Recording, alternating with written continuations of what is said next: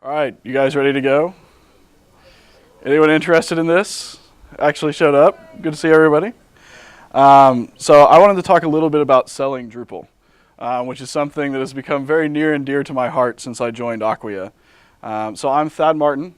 I'm Acquia's Director of Sales for the Central U.S., so essentially Texas up through North Dakota, and then Louisiana up through Iowa.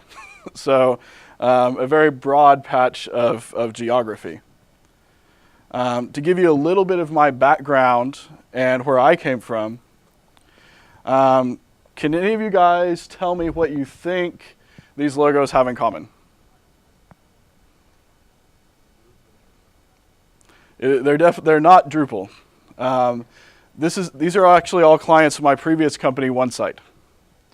OneSite was a proprietary, started as a social platform, and we moved it to be a CMS. And so I came into the world of open source from the other side, having competed against it. And so I've really been on both sides of this conflict, essentially, both working with a very tight-knit team of proprietary software to actually go and compete for large deals, and then since joining Acquia. So I was there for 7.5 years. I admittedly threw a lot of FUD. A lot of fear, uncertainty, and doubt against open source. So 7.5, 8 years later, I ended up at Acquia.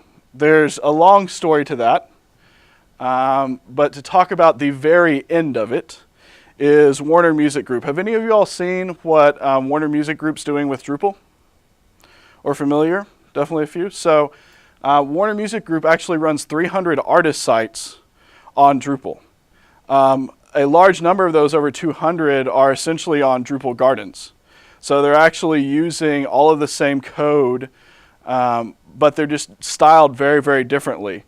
OneSite, the company that I led previously, was in the final two with Drupal and Acquia for that business. And it came very, very close to winning it until we got to a proof of concept.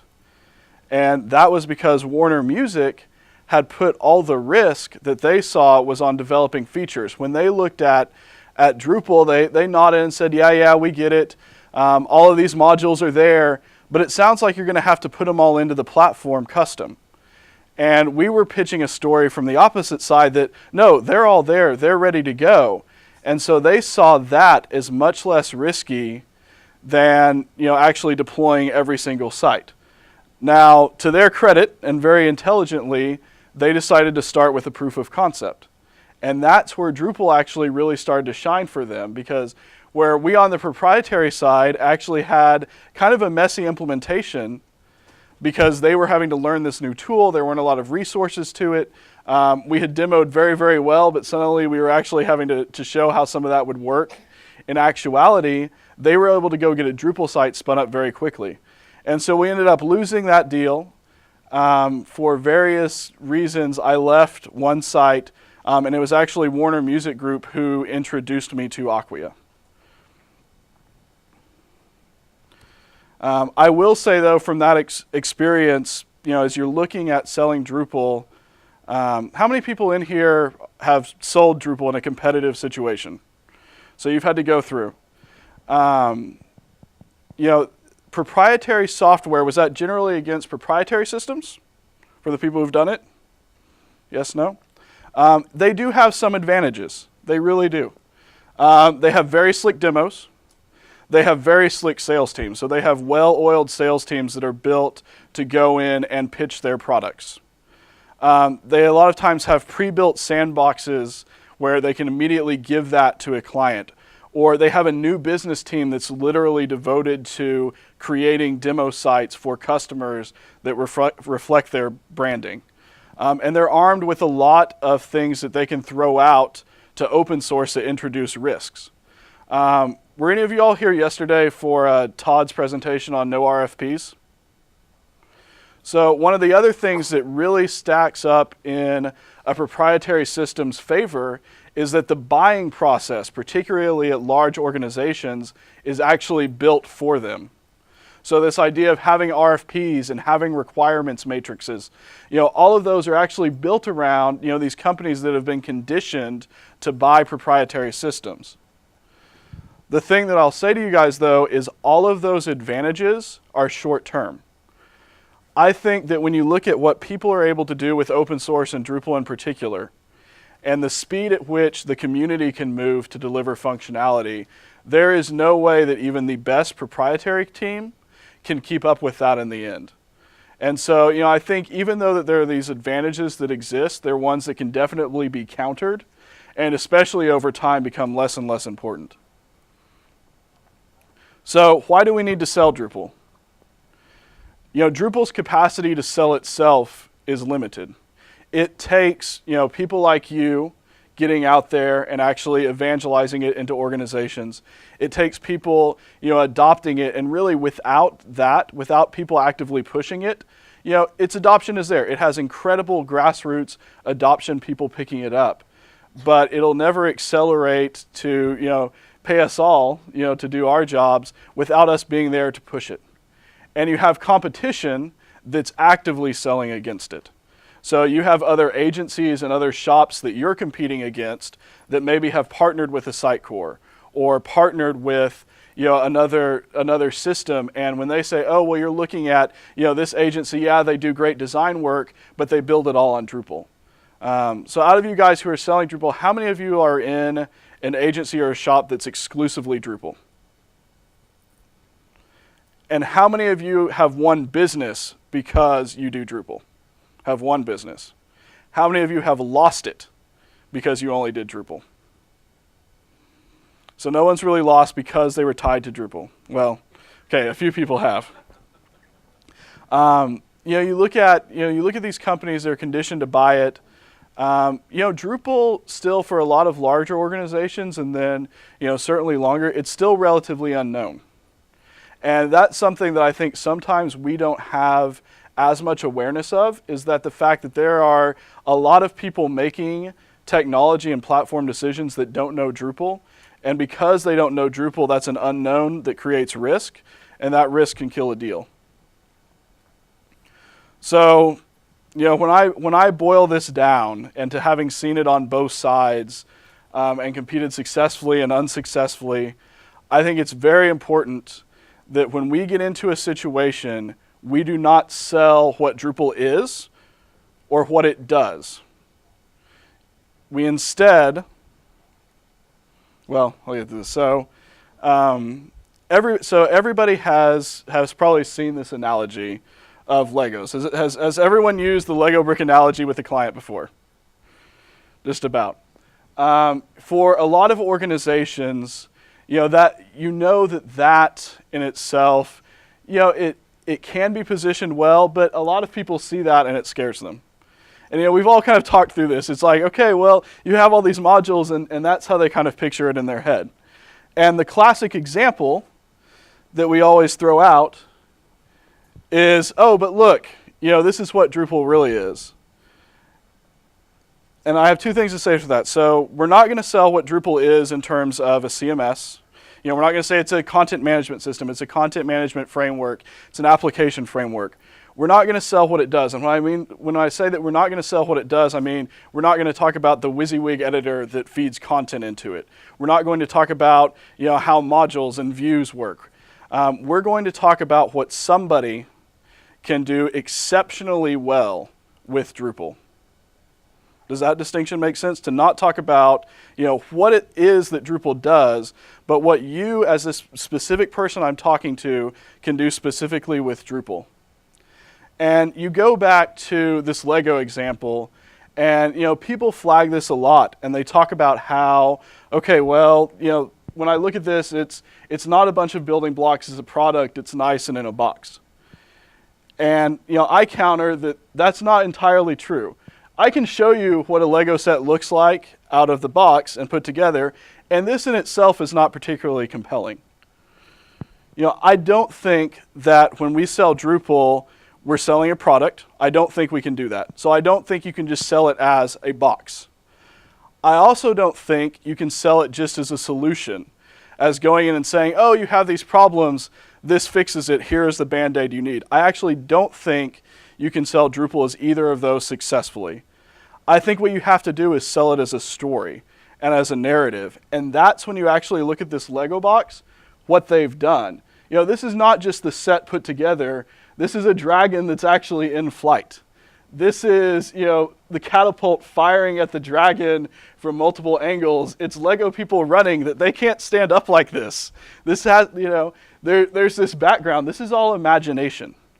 This is not just a product or a solution in a box. This is play. This is a fundamentally different way to play. And that's what Legos offers. It's not just another toy. It's something that you can construct, and it facilitates imagination. I think that's what we have to do with Drupal, is talk about it as an approach. And so not get in and don't ever say node. I mean, for someone who hasn't experienced Drupal, you know, never say node. Never talk about the difference between features and modules and get into that. You know, don't tell them to go download it and try it out themselves. You know, talk about, you know, what they could be doing with it. And the platform really isn't as important. It's the approach. I think the best way to do this is to demonstrate the success of others and demonstrate the specific success of others. You know, I've asked a lot of people before presentation what they wanted to see and particularly what they did not want to see.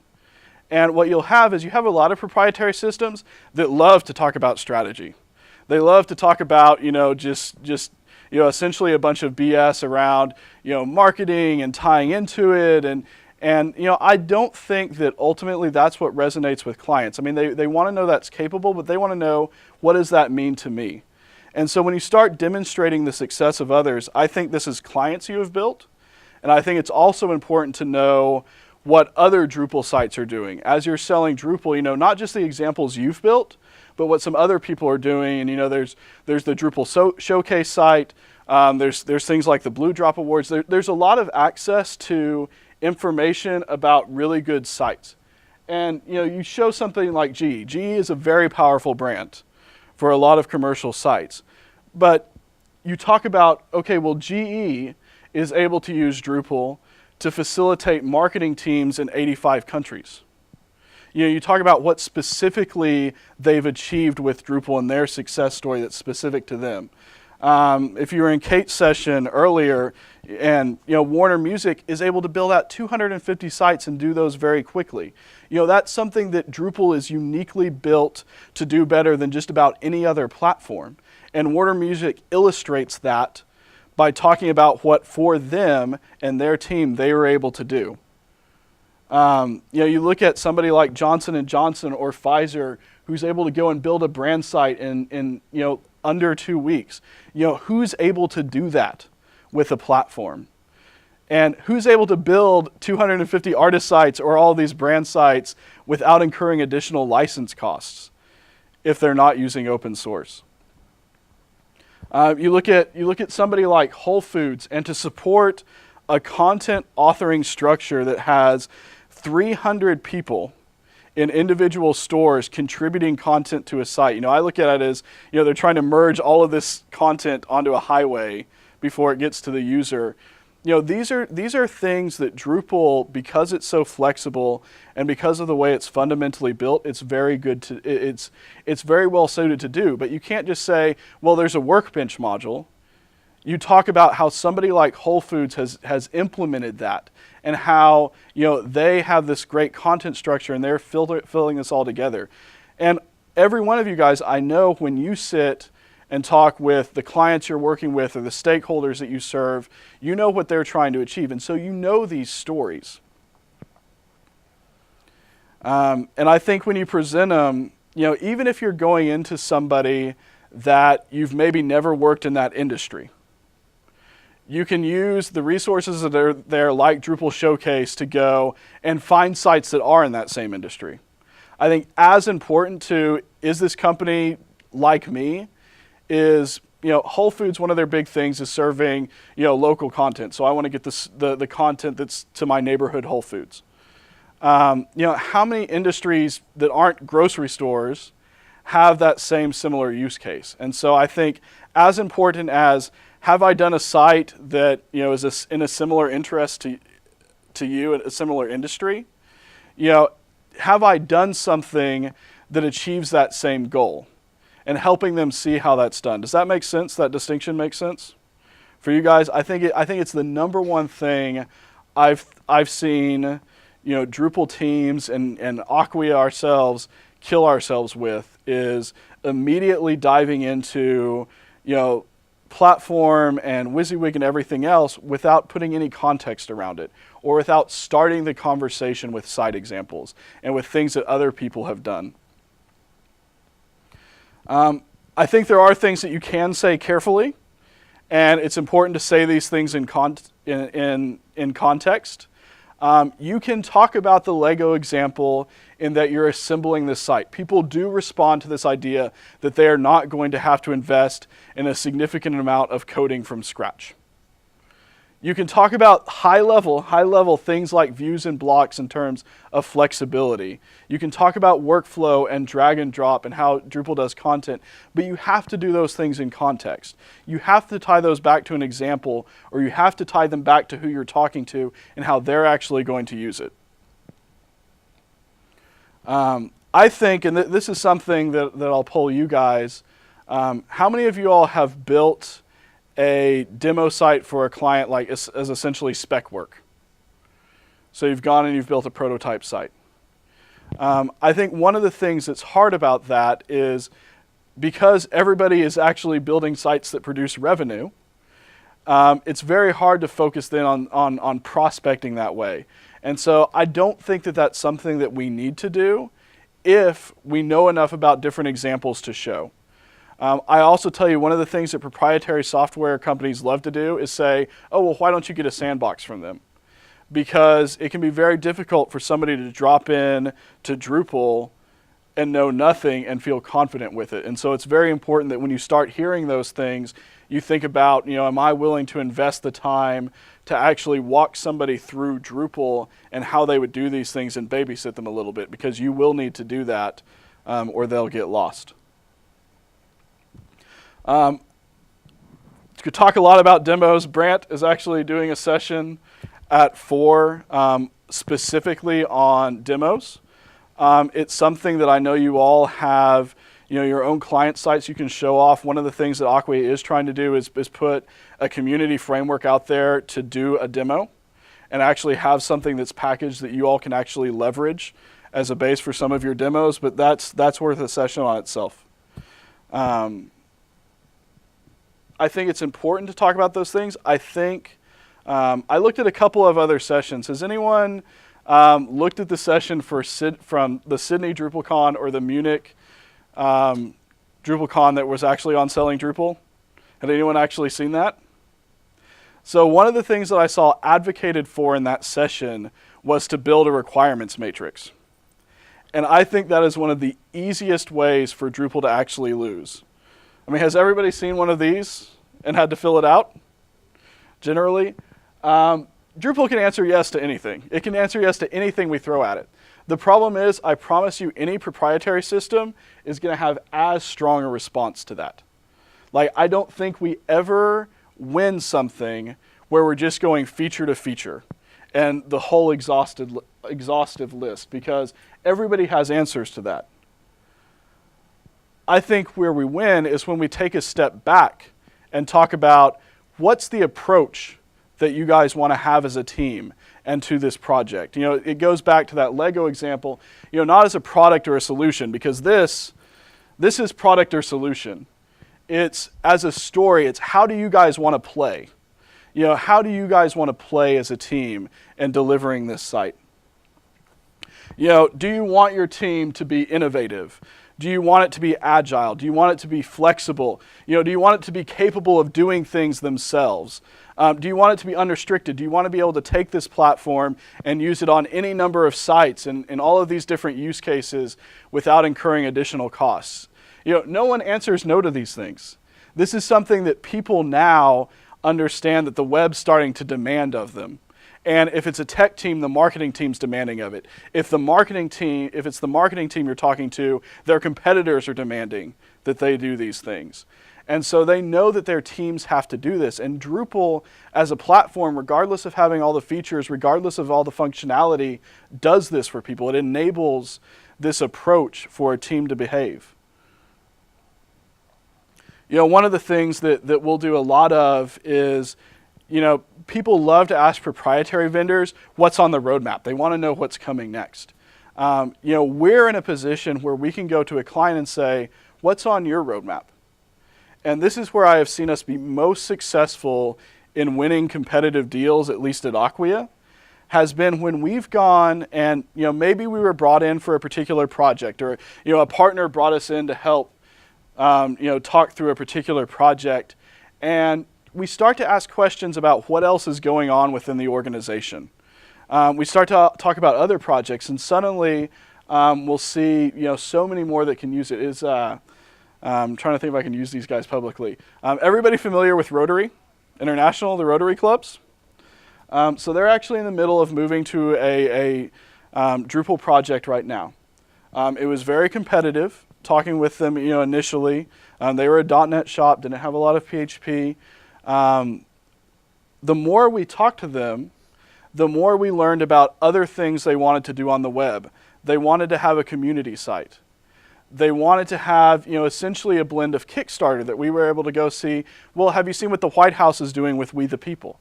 And the more we talked to them, the more we discovered these things that weren't tied to that specific project, but that Drupal was able to do. And suddenly they could see this vision of being able to do these things integrated in a single platform. And I think the more we do that, the more we find opportunities to win. It was also great. They used this CRM system that I've never heard of that was .NET. And they had assumed that a .NET platform would better integrate with that system just because they're the same language. Another proprietary vendor actually sent people on site for a week, invested a week of time to build that integration. We looked on Drupal.org and there were 4 modules for that CRM system. And that was something in a day we had it integrated. And so you find the more you talk about specific systems and specific projects, the more opportunities you guys have to uncover something like that you can suddenly, not dive into a feature matrix, but find 1 or 2 things that are important and something specifically that, hey, this already exists in Drupal. Because we know that that's such a huge strength for it. We know that Drupal as a platform can serve all these use cases and tie into all of these different systems. It's important not just to look at the roadmap, but really talk through other systems that they may already have in place. So analytics, marketing automation. I know a lot of you guys, and we'll do it as well when we're talking through using Drupal, we'll talk about some of these complementary systems that play into it. These are really important because Drupal modules exist for these. Integrations and use cases exist for these. And, businesses buy based on risk. They don't want to see risk. And as soon as you can go and tell them this already exists, that's huge. But I think you find the ones of these that are very, very specific and important to an individual prospect. How many of you guys have a formal discovery process? Awesome. Is that pre-sales or kind of at the beginning of a project? Depends. I think that's probably one of the most important things to do. And when I talk about discovery, I don't necessarily talk about it as a scoping exercise. I talk about it as figuring out this. So, this is Game of Thrones. This is how organizations look on the inside. And I'll give you a spoiler alert. People die in that setup. This is season 2 though, so anyone who's not on season 3, there's more gets added to this list. Those are things, when I talk about discovery, I'm talking about the questions that you ask when you first get somebody on the phone. We all know that, okay, who's seen this where you've got marketing and IT? How many times do we face that? Pretty much everyone's in something that has those 2 halves. And more we're seeing a digital group that actually is built to sit in the middle of these because they haven't always played nicely. They've been this. One of the things that's so critical is to find out who exactly the players are so that you don't have those unknowns. Because just as if I'm a client and I don't know something, that's going to make me hesitant to sign with somebody. If you don't know something, it could come out of left field and kill your deal. I had a project, we were working with a development team who had already started a mobile project in Drupal. They had all of this executive buy-in from the marketing and tech teams, but they hadn't gotten the buy-in from a support group. And literally on the eve of having a contract signed, that support team threw a giant hissy fit because they weren't using CQ5 like everybody else was. Didn't matter that they had looked at it, it was the best solution, all of that. They had one team come in and fight so hard that their team wasn't willing to go and fight hard enough back against it. And so you need to know who's going to be involved. Kind of going back to when I talk about discovery, I think of, the questions that we need to be asking. So, this is not scoping. This is not the scope discovery, that kind of initial phase of a project. This is, I'm talking to somebody for the first time. I want to learn about them. And I think it's very important that you have a formal, setup of the questions that you ask. On the central US team at Acquia, and some of the different teams do this differently, but we have, I think, 75 questions that in the first couple of conversations we'll ask. And they're not, do you need a WYSIWYG editor as part of your workflow? They're, who chose the current CMS? Who supports it? 6 months from now, looking back, how is this project going to be successful? What do you guys really care about? And a lot of times we'll ask the same thing 3 times in different ways. If I left you all with one piece of advice, it would be to go down and put that in a Google Doc or a spreadsheet so that every time you had one of those initial conversations with a client, you were asking those same things. And to really look at that list of questions and think, what can I do with this opportunity to talk to them, to learn about them and learn about some of the background. Because then when you start talking about the specific stories and you start talking about how they could potentially use Drupal, you're so much better armed. So do people have this as a formalized process now? How many people have that initial discovery as a formalized process? Great. The rest of you should if you're selling Drupal. It's one of the most valuable things you can do as a sales team. We also love to ask, do you have any other experience with open source? I talked to somebody 2 weeks ago who did. They used Alfresco and they hated it. They hated it desperately. They had an agency come and set it up as a CMS. Alfresco is not a CMS. Alfresco.com runs on Drupal. Alfresco is very, very good at what it does. But it gave us the opportunity to say, well, let's talk a little bit about that experience you had, and let's talk about how this experience is going to be different. Let's talk about the things that we do from support. Let's talk about the things that this partner does from how their project approach. And so it actually, even though it had been a negative experience, it gave us the ability to go and put what we were saying in context. And that's something, again, if they've had a bad experience, you can work around it. If they've had no experience, you really have to step back and think, how hard and how much am I willing to invest to sell them open source? But I think it does tie to the approach. So proprietary systems, everybody familiar with the term FUD? Fear, uncertainty, and doubt. So these are things, it's a marketing strategy, it's a sales strategy, hell, it's a political campaign strategy that, instead of talking about the great things about yourself, you talk about the bad things and the problems with with what other people are looking at. And people love to throw this out about Drupal. They love to say it doesn't perform, that it's not secure, that it can't scale, that it's not supported, that it's immature as a product, it's built by hackers and it's built for bloggers, that it's too difficult to use. People love to throw that out. The great thing about Drupal is we're starting to be able to totally call BS on all of these.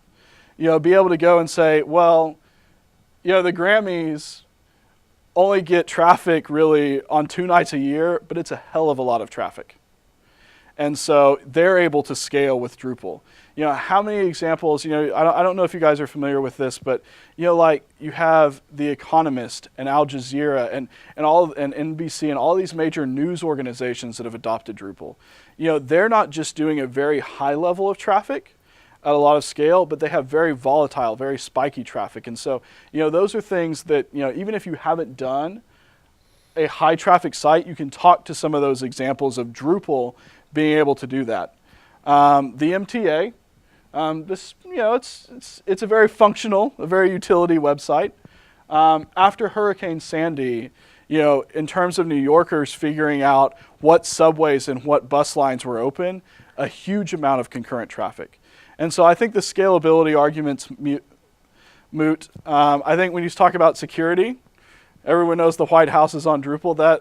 That's not a decision that was made without some rigor. And so I think we have examples to counter so many of these. Going back, when people start talking about it being difficult, I think this is where you can introduce that conversation about, well, Drupal's not difficult. It has so much of it that you can just use out of the box. That's what it's built to do well. Distributions, I think, are something, they're almost as good a sales tool as they are a kickstart to a project. So when I say that, something like Commons, I know of, as many community sites that are just built on Drupal that are built on Commons. But you can talk about that and you can show Commons, and it reduces the risk in the minds of the buyer. They see that and they say, oh, I'm not looking at this whole built from scratch. I actually have something that does so much of what I want out of the box. I also will tell you this, and this is as shill as I will get, don't be afraid of Acquia. One of the things that I will tell you is that, as a company, we're organized around helping you guys be successful in these kinds of deals. So that when you have these things brought up, I will absolutely give you the collateral and the things you need to kill every single one of those and make it where the people who brought them up look silly because they obviously did not know what they were talking about. And that's one of the things that we're trying to do as an organization is better arm you guys for those conversations. So it's things like building out the demos. It's things like putting together information around security, around performance, sharing the examples and case studies that we do because we want you to be able to help and fight those battles. Because honestly, we are truly all in this together. So you look at Pantheon and Acquia, in the grand scheme of things, are relatively small organizations. This is Sitecore. Our nearest competitor still has, well over what we would have combined. You look at Autonomy and SDL Tridian, and you look at, this is number of employees. You look at how the resource capacity they have. You throw in people like Microsoft. I guess you guys can't even see this. This is Microsoft, and this is Oracle, who bought FatWire. You have Autonomy that was just bought by HP, another one like that. And then you've got Acquia off the scale with maybe 300 people against that. And honestly, I've seen that battle before. I have seen 300 people against this. It doesn't end well. It doesn't end well for the 300. But when you look at the Drupal community, you look at the people that are registered on Drupal.org, this is Oracle and Microsoft. That's the Drupal community. In terms of a sales organization and in terms of a development organization, nobody can match that. Nobody can come close to matching with that. One of the things that I'll tell you guys from a sales perspective, when I was at one site, I had a ton of technical credibility because I had built so much of the initial platform.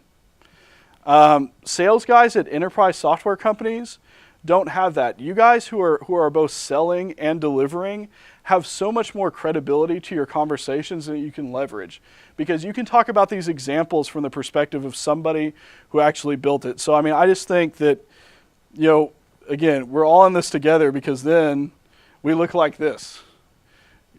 After Thermopylae, when it was Plataea, it was a different army that they were facing. I think that's the opportunity that we have, to better arm you guys and to better and more closely work with you guys to be successful. And that's all I've got.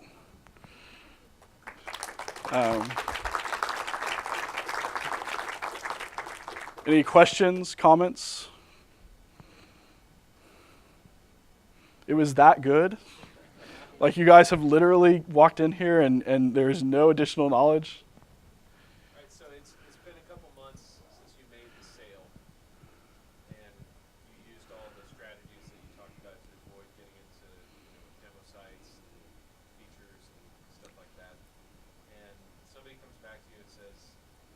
wow, this is not nearly as easy as it sounded when we were talking about stories and whitehouse.gov and all that kind of stuff. What's your strategy when you get somebody who's kind of in the throes of the Drupal is a lot more complicated than I expected? That potentially every project gets into. So the question is, okay, 2 months after the sale, and you've convinced them to use the platform, and kind of like every project, suddenly it's not quite as easy as it looked on the outside. I think that that's true regardless of platform. So I mean, it's nothing that we should go back and think, oh my goodness, turns out this was hard. I think it's you've got to respond how anyone would be. You go back and you sit down and you try and dig into what specifically the issues are. One of the things that I've seen most about Drupal is, have any of you guys heard the analogy for medical school or law school, that it's not so much teaching you medicine or law, but it's teaching you how to look things up? Has anybody heard that description? You're learning how to actually research things. I think Drupal's learning curve is more that. It's more just knowing where to find answers to issues and how to overcome challenges than it is that, all those answers are out there and all those ways to address. Sometimes you just have to go back and revisit and figure out exactly where they've hit a roadblock and, educate them on how to overcome that. Because it's all about the approach. And so you've got to get them to buy into this approach. And this approach means that, a lot of times they are going to be playing themselves, and you just have to teach them, well, here's where you look in the instructions, or here's where you find this resource, or did you guys know that Drupalize.me existed, or that Build a Module existed? And a lot of times, it's just pointing people to those resources.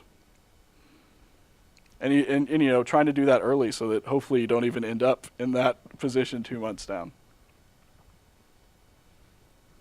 When you go to sell a deal, what does your team look like? Is it typically just you going in and making a sale, or do you pull in other people? And if you do, who do you typically pull in to make that sale?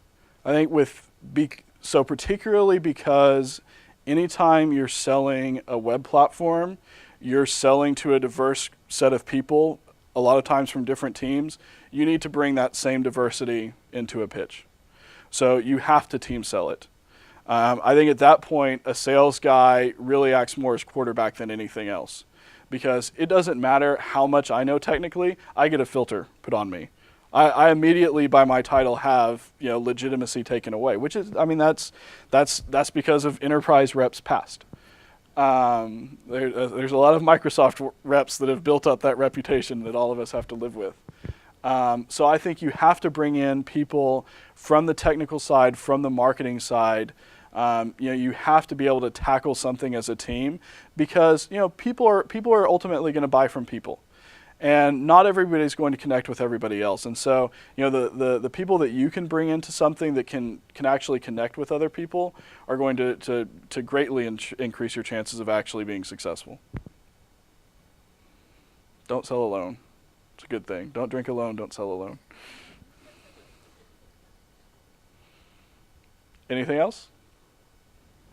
The pricing issue. If you say, everything is already there, all of the modules there, the block scheme there, just the configuration, then why your price is so high compared to the competitors? How do you answer that? So the question is, why is your price so high compared to the competitors? I think if you get down to the brass tacks of it, the implementation effort at worst is going to be very, very similar regardless. I think when you talk about total cost of ownership, which is a conversation worth having at the right time, when you can talk about all the things you can do with Drupal and you can talk about not having that license cost, I think people can respond very, very well to that. But you have to have the costing discussion in a broader context than just that single project. And I think that's kind of an important thing to do. You think about, okay, well, what team are you going to need internally to manage that? What team are you going to need to run it?